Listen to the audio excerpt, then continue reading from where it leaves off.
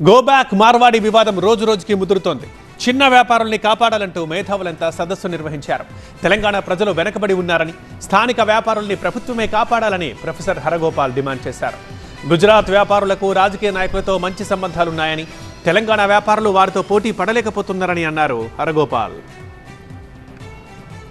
ఇవాళ చిన్న వ్యాపారస్తులు ఎవరైతున్నారు వాళ్ళ వ్యాపారంలో కూడా పెద్ద పెట్టుబడి రావడం వలన వాళ్ళ వ్యాపారాలు చిక్కిపోతున్నాయి. మా షాప్ మా దుకాణం ఉంటుందో లేదు అనేటువంటి ఒక అనిశ్చిత పరిస్థితిలో వాళ్ళు పడ్డారు.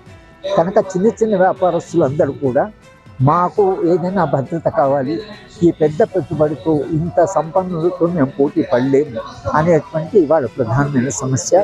కనుక చిన్న వ్యాపార తెలంగాణ రాష్ట్రం వెనుకబడి ఉందని మనం పోరాటం చేస్తాం. వెనుకబడిందంటే ఏంటి? తెలంగాణ ప్రజలు భిన్న రంగాల్లో వెనుకబడి ఉన్నారని అర్థం. వాళ్ళందరినీ పునర్నిర్మాణంలో భాగంగా వాళ్ళకు మనం రక్షణ కల్పించవచ్చు, మెరుగైన జీవితాన్ని కల్పించవచ్చు. అది కల్పించకపోవడం వలన ఇవాళ ఈ చిన్న వ్యాపారస్తులు, చేనేత రంగం వాళ్ళు, భిన్న కులాల వాళ్ళు, భిన్న వృత్తుల వాళ్ళు పోరాటాలు చేస్తున్నారు.